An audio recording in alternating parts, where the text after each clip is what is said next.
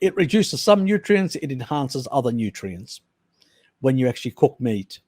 So it's the reason why 1.5 million years ago we started cooking meat, to extract more nutrients. But yep, you may reduce slightly the enzymes. You may reduce some water-soluble vitamins to some extent, but not a lot. It's not like major.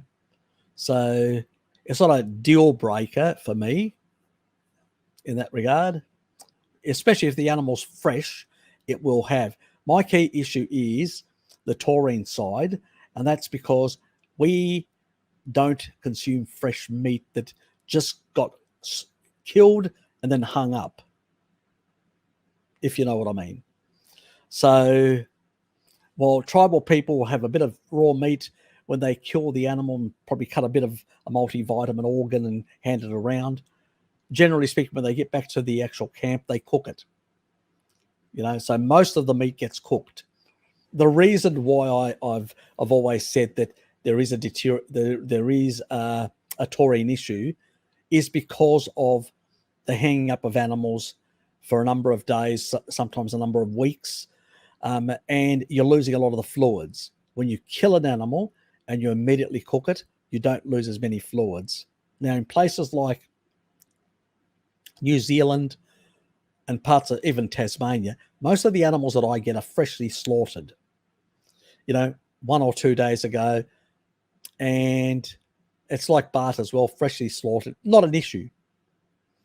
But if you're in North America in particular, there can be issues there where things can be slaughtered one place, refrigerated for a month, then transported to another city when there's a demand for it, then delivered to a supermarket or to a processing facility, cut up, put into packaging, sent to a supermarket. And so, by the time it gets there, the level of a certain depletion of taurine has gone down. Now, for most people, the taurine that they'll get, if most carnivores eat quite a bit of meat, they're getting enough meat protein. They should be getting enough, plus some endogenous stuff that they will produce from methionine and cysteine. And if they're healthy, they're probably okay. Not a big issue. If they're unhealthy, it could become an issue. Where people notice a big thing is when people come from a veganurized diet, they've really got a messed up gut microbiome, a really messed up stomach where they can't generate enough stomach acidity, and then they consume raw meat and it digests better. And why does that happen? Not only the taurine, but the taurine also is inhibiting H. pylori. Because when you've got low stomach acid and you've got H. pylori, it actually increases. It also deranges the proton pumps, which means that taurine re-regulates the proton pumps. So having extra taurine can actually sort out a deranged stomach. I've done videos. If you take a look at my playlist called Digestive Issues, I cover that in one of the videos.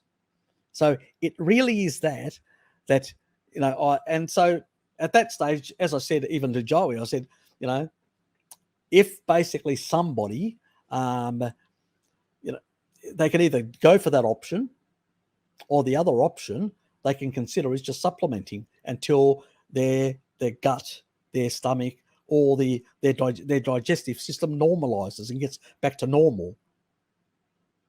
So that's in a deranged state, and so they will get more benefit.